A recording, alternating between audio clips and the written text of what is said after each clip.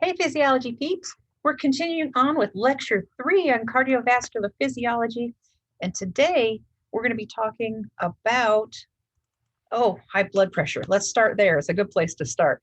Okay, so if you're in the healthcare industry, you know that there's like the big three: hypertension, diabetes, and cardiovascular disease. And so let's talk about hypertension and hypotension. Hypotension is lower than normal blood pressure, which usually is not a health concern unless it's so low that you're prone to passing out. Okay, then obviously is a problem. But hypertension, left untreated, can cause a lot of problems, which we'll talk some about. But anyway, so it can be due to many factors. Now, this is a table pulled out of some typical textbook, and they're always changing what the lower limits of high blood pressure are. But generally, a normal blood pressure is 120 systolic over 80 diastolic.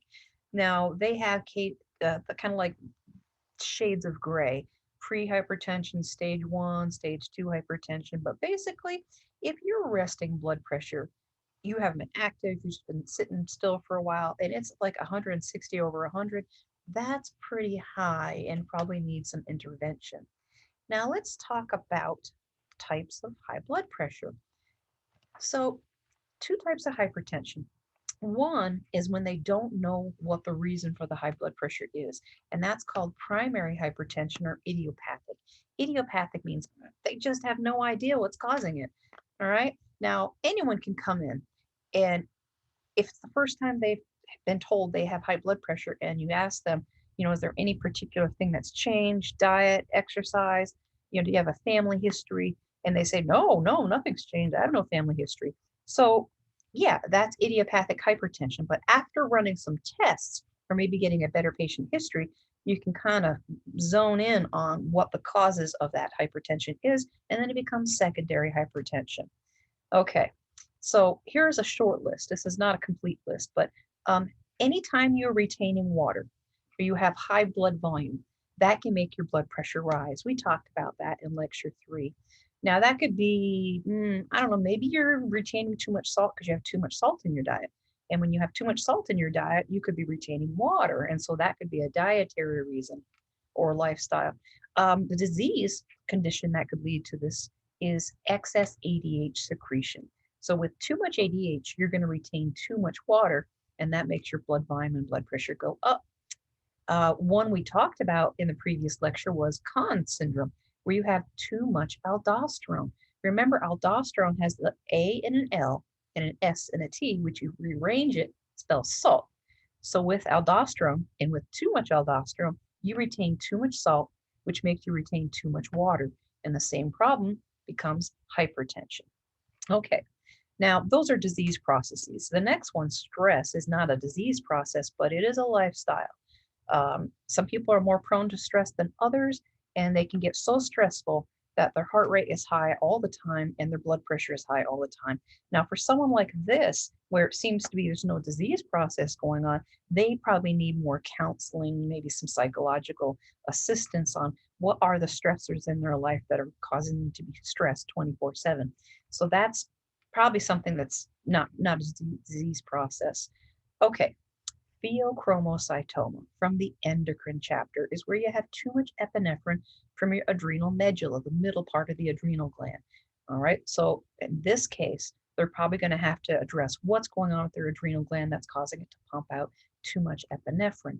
But that can certainly raise your heart rate, which would raise your blood pressure. Now, atherosclerosis, we're starting to kind of go into the cardiovascular disease part of hypertension. So in atherosclerosis, you start to, let's look at it here real quick so I can give you a visual of what that might look like. So we will go to the web, and we'll go type in athero. There it goes. Pulls up right there. Let's look at some images. Okay, so here's a good image right here. Okay, so we'll view that.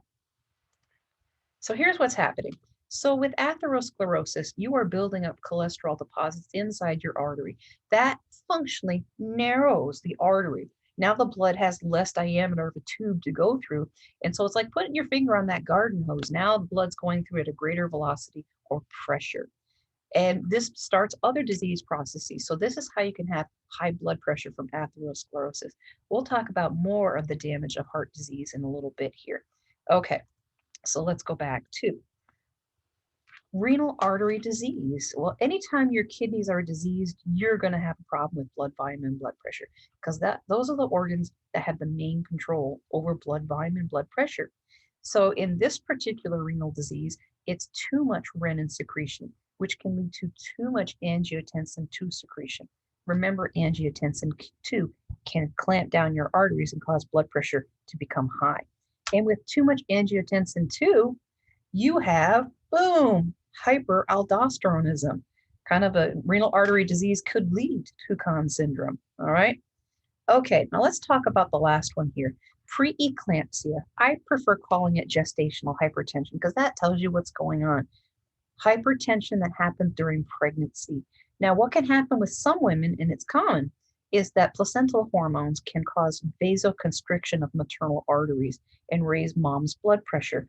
The cause is still greatly unknown, but someone who is prone to this has to be watched carefully through their pregnancy to make sure that mom's blood pressure is not rising to a point that it's a danger to her life, which would of course be a danger to the baby's life, okay? Some women have such a problem with preeclampsia during pregnancy that they actually are induced earlier than their due date so that she can give birth and the placenta leaves as afterbirth and that effect on her blood pressure goes away, okay? So that is a very common thing you're going to see, gestational hypertension. Okay, so let's talk about some antihypertensive drugs. Okay, the first one, well, diuretics, all right? Furosemide, I'll write it in here, is known as Lasix, okay? That is the water pill that you might have heard of relatives taking. The water pill makes you pee more. And by peeing more, you're losing body water. And if you're losing body water, your blood volume and blood pressure go down. So diuretics, it does the exact opposite of ADH. ADH causes you to retain water. Diuretics cause you to lose body water. Okay, review from chapter 4. Atenolol is a beta blocker. It specifically blocks the beta-1 adrenergic receptor on the heart. And that will bring heart rate down, which brings blood pressure down. And then the general beta blocker, propranolol, blocks both the beta-1 and beta-2 receptors. Okay. Now, calcium channel blockers, and to this I would add sodium channel blockers. Now, I don't have the drugs up for that, but if you block sodium and calcium channels in the heart rate can't go up. Epinephrine could bind to its beta-1 adrenergic receptor, but if you can't open up the sodium and calcium channels, the heart rate can't go up. So notice how many ways you can go about treating high blood pressure. And here's another one, ACE inhibitors. ACE inhibitors block ACE in the lungs, so you can't get the production of angiotensin II. So your arteries will stay more dilated because there's no angiotensin II. And without angiotensin II, you can't have aldosterone. And if you don't have aldosterone, you're not retaining salt and water, you're peeing it out, making your blood pressure go down. So notice that 1, 2, 3, 4 of these drug categories affect blood pressure by affecting what's happening in the heart. And then the other ones, the diuretics and the ACE inhibitors, affect blood pressure by affecting what the kidneys do. All right. So let's talk about shock, all right, circulatory shock. You've heard it on TV. Oh, they're in shock. All right, get the crash cart. What does shock mean? Right? What's actually happening in the body? Here's what's happening in the body. You're getting a systemic-wide drop in blood pressure, all right? And that is what causes the shock. But there's many reasons for why you can have a drop in blood pressure body-wide. And the reason for the drop in blood pressure dictates how those people are treated. So let's look at one. Hypovolemic shock. Hypovolemic shock is when your blood volume drops. If you're bleeding, all right, if you have a lot of blood loss, that makes your blood volume drop. That's what the hypo and hypovolemia is. Hypo means too low, and volemia is volume of blood. So if someone's bleeding, their blood pressure is dropping. What the body does in response to try and fix this, the blood pressure is going too low. The body wants to get it back up. So your medulla is going to stimulate an increase in heart rate and vasoconstriction of your arteries to try and increase blood pressure. But if you don't have enough blood, none of that's going to save them. So what happens is this is what the body's doing, but what happens in nursing is you stop the bleeding, and if they've lost a significant amount of blood, they get a blood transfusion, and then that can end the shock. Okay, another type of shock is called septic shock. This is where you have bacteria in your bloodstream and they're producing lots of toxins, and those toxins cause vasodilation of your arteries and a drop in blood pressure. The body will do the same thing to try and fix it, increase heart rate. You've got two competing things here. The vasodilation is happening because of toxins, so the heart rate will go up, but the body can't fix this problem. This is where nursing steps in. If it's due to bacteria, this patient needs antibiotics, probably IV antibiotics, because the bacteria are in the bloodstream. If you can get the infection under control, you can get the shock under control. Okay, here's another one. Anaphylactic shock. That is when your body's immune system overreacts to an antigen or an allergen. And what happens is the body releases a bunch of histamine. And histamine does several things to your body. One thing, it causes systemic body-wide vasodilation and drop in blood pressure. All right. Other things happen too with anaphylaxis. Mainly, you get bronchoconstriction in your airways and it makes it hard to breathe. Now, what happens with anaphylaxis is you must stop the anaphylaxis. So if histamine is causing these problems, what do you give? Antihistamines to block that effect on the blood vessels and everything. So things like Benadryl, they have IV or injectable Benadryl that you can take. You also probably want to give this patient epinephrine to open up their airways. Okay. All right. So that's how that's treated. The last one is congestive heart failure can cause circulatory shock. You have a drop in blood volume and blood pressure because the heart has basically become an inefficient pump. Now, this one is not so easy to treat because if the heart has become damaged to the point that it's not recoverable, you either get a donor heart or hopefully you can get medication to keep you going until you could get one. So congestive heart failure can happen over time. All right. So the fix for that problem is not quite so easy as the other ones. Okay, so let's continue. Let's talk about atherosclerosis. Okay, so we saw that image from Google about the plaques that are lining the artery. And so people who have atherosclerosis have too much cholesterol floating in their bloodstream and it adheres to the walls of the artery and can narrow that blood vessel. So now the blood travels through at higher pressure, causing hypertension. So it can decrease blood flow and it can lead to a bunch of problems. So first of all, the cholesterol itself narrows the artery, making it more likely for red blood cells to get stuck and form a clot, a blood clot that's called a thrombus. Now, the blood clot and the cholesterol plaque can cause chronic inflammation of your artery. Chronic inflammation of the lining of your artery, called the endothelium, over time causes them to become stiffened with scar tissue, and that can lead to another problem. But let's just talk about the thrombus. What happens if the blood traveling under high pressure behind kind of a blockage pushes that blood clot out and now it starts floating through the body, through the blood vessels as an embolism?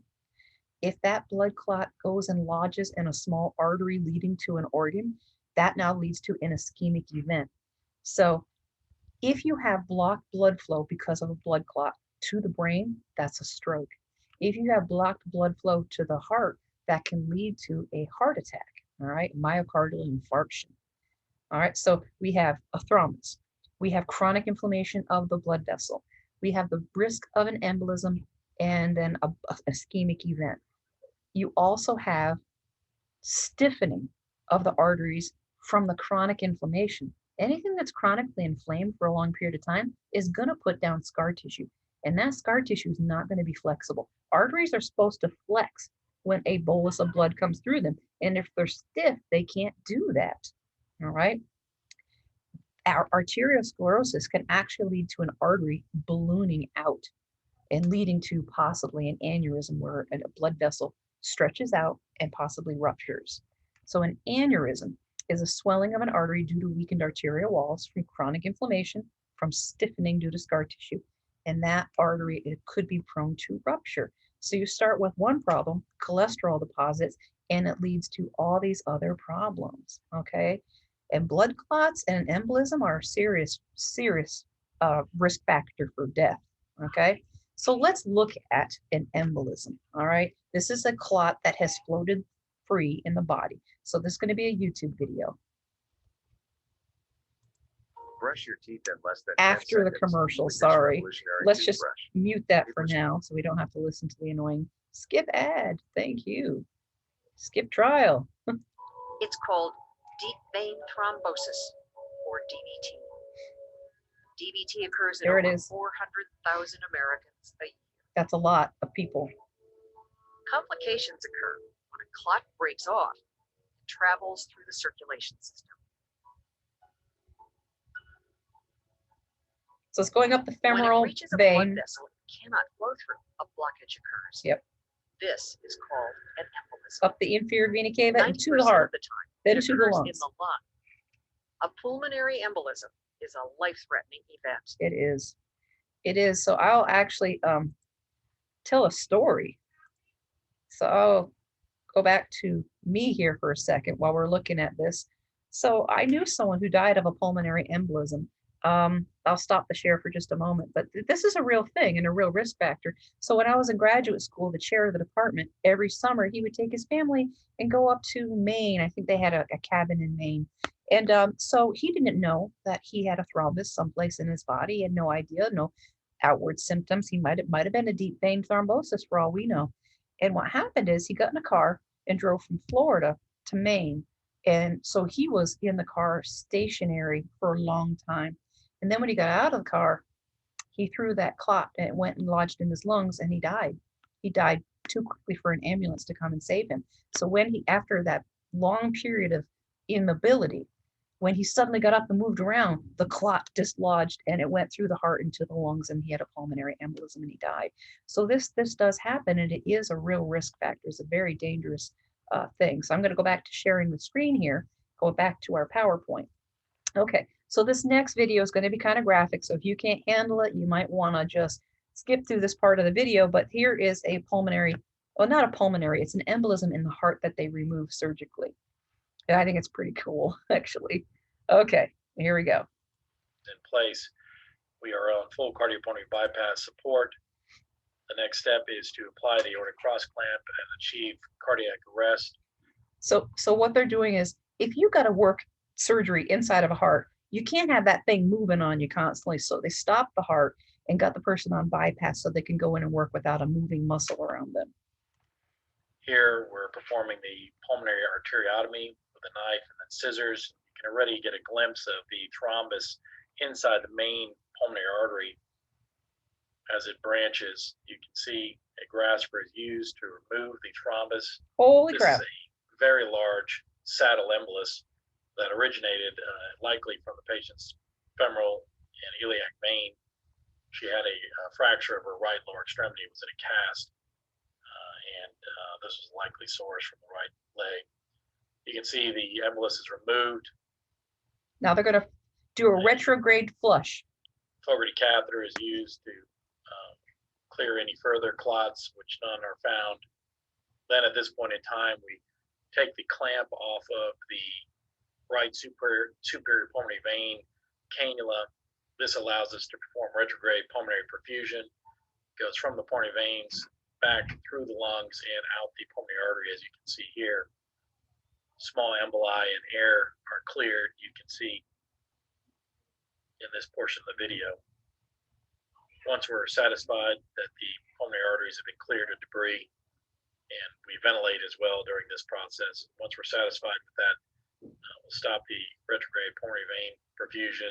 We'll inspect with the thoracoscope. You can see here the small branches of the pulmonary veins are cleared. The main trunk of the pulmonary artery is also clear. And we inspect the thrombus one more time. You can see this is a very well-formed thrombus that is soft. Okay, so woohoo. That was pretty gross, but what is going on is, let me recap for you. So they even said, like the previous video showed, a lot of these thrombi can form in the femoral vein, all right? And so that's in the leg where they showed in the video. And then that breaks free, travels up to the vena cava into the heart, and then from the heart, from the right atrium down to right ventricle, it goes into the pulmonary trunk and out through pulmonary arteries. And this is where they recovered that embolism, okay? That big embolism they pulled out, that embolism was on its way to the lungs, but it was such a big embolism that it didn't quite make it. But, you know, remember, if you've got a big embolism blocking your pulmonary artery, that means that artery is not getting oxygen at the lungs, all right? It's completely blocked, all right? And then what they did is after they pulled that huge embolism out, they did a retrograde flush with blood to get blood to go back up through the pulmonary artery and flush out any little fragments or air that was trapped. So it's completely clear, because air can act as an embolism too. All right. So anyway, that shows you really a thrombus that has become an embolism and how dangerous that can be. Okay. Well, that I can't top those videos. So this is a good place to stop for lecture 3. On lecture 4, we're going to start blood physiology. All right. So it's a great place to stop for today. I hope you learned a lot.